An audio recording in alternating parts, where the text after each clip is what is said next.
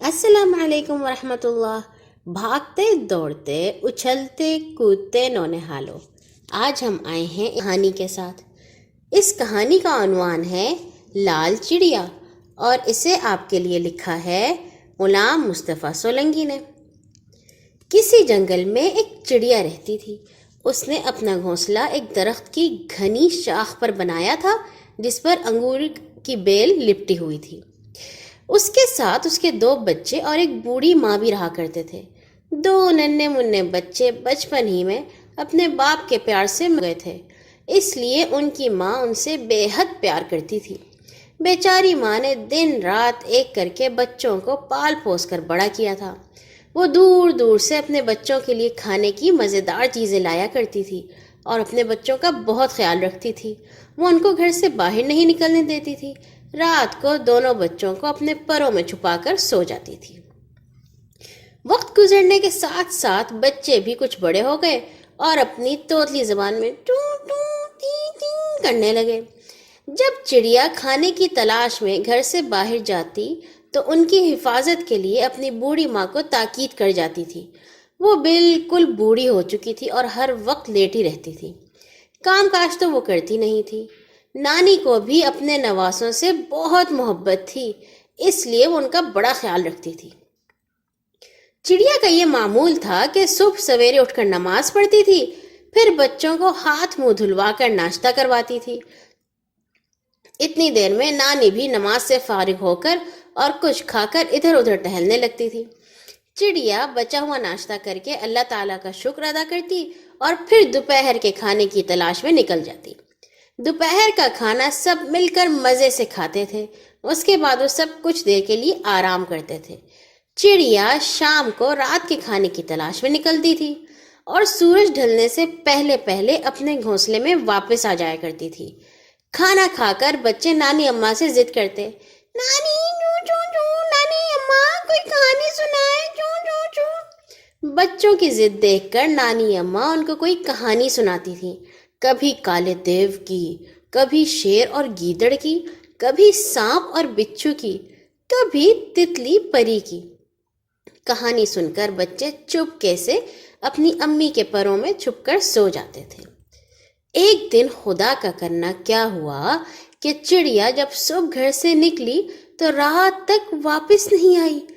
گھر میں سب پریشان ہو گئے۔ نانی بیچاری پریشانی سے ادھر ادھر دوڑنے لگی۔ بچے بھی الگ پریشان تھے۔ دکھ اور پریشانی میں ان کا بھی برا حال ہو گیا۔ صبح ناشتے کے بعد انہوں نے کچھ کھایا بھی نہیں تھا۔ رات ہو گئی، لیکن بیچاری چڑیا نہ جانے کہاں غائب ہو گئی تھی۔ اب تو بچے رونے لگے۔ نانی اماں نے بڑی مشکل سے بچوں کو سلایا اور خود بیٹی کے انتظار میں بیٹھی رہی۔ ادھر چڑیا جیسے ہی کھانے کی تلاش میں ایک گھر میں اتری تو فوراً ہی ایک جال میں پھنس گئی۔ اس گھر کے ایک بچے عرفان نے اسے جال سے نکال کر پنجرے میں بند کر دیا اور پھر اس سے کھیلنے لگا۔ چڑیا بیچاری دکھ سے رونے لگی کہ نہ جانے اب کیا ہوگا۔ جب شام ہوئی تو عرفان نے چڑیا کو پنجرے سے باہر نکالا اور اسے لال رنگ لگانے لگا، اور جب چڑیا کا سارا جسم لال ہو گیا تب جا کر اسے چڑیا کو اڑا دیا۔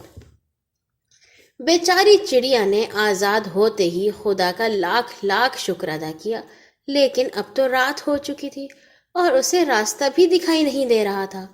اس نے سوچا کہ اندھیرے میں کہیں راستہ بھول ہی نہ جاؤں، لہٰذا اس نے رات شاہی باغ میں گزارنے کا فیصلہ کیا۔ اسے بچوں کی یاد بہت ستانے لگی، مگر وہ صبح ہونے کے انتظار میں تھی۔ جب صبح ہوئی تو وہ جلدی سے اپنے گھر کی طرف اڑی۔ گھر میں تو ماجرا ہی کچھ اور تھا۔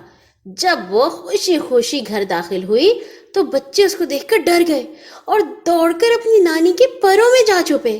نانی نے جب دیکھا کہ ایک لال رنگ کی چڑیا بچوں کو ڈرانے آئی ہے تو وہ لاٹھی اٹھا کر اس کے پیچھے دوڑی۔ بیچاری چڑیا نے لاکھ سمجھایا کہ میں تمہاری بیٹی ہوں، لیکن نانی نے اسے مار پیٹ کر نکال دیا۔ بیچاری چڑیا زاروں قطار رونے لگی، چو چو چو۔ وہ نہیں چاہتی تھی کہ اس کے بچے بھوک سے مر جائیں، اس لیے وہ روزانہ کھانا گھر میں رکھ کر چلی جاتی تھی۔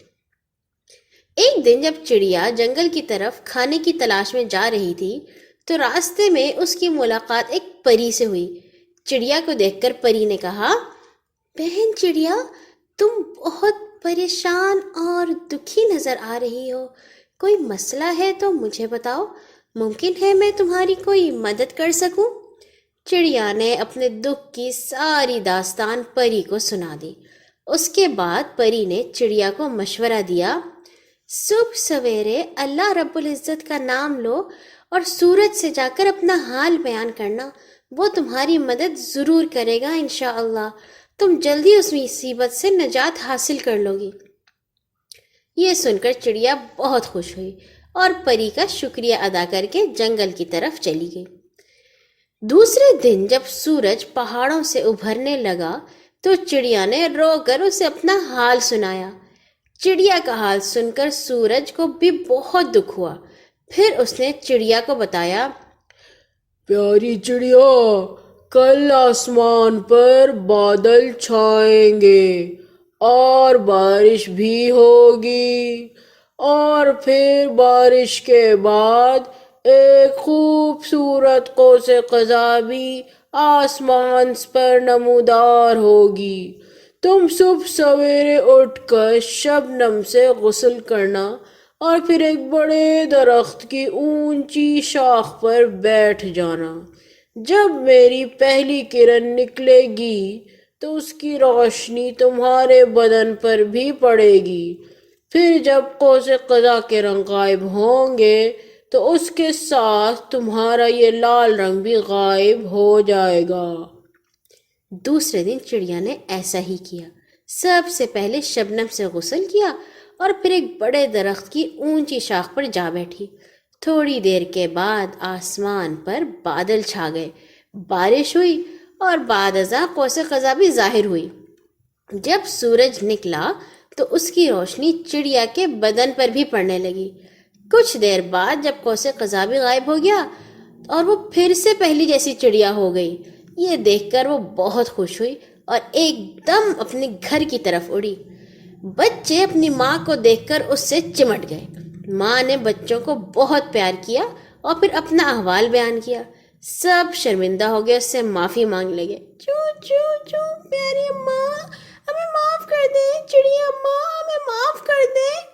اس خوشی میں انہوں نے رات کو سویاں پکا کر کھائیں اور پھر وہ سب ہنسی خوشی رہنے لگے۔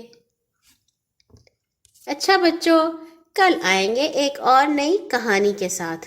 اللہ حافظ۔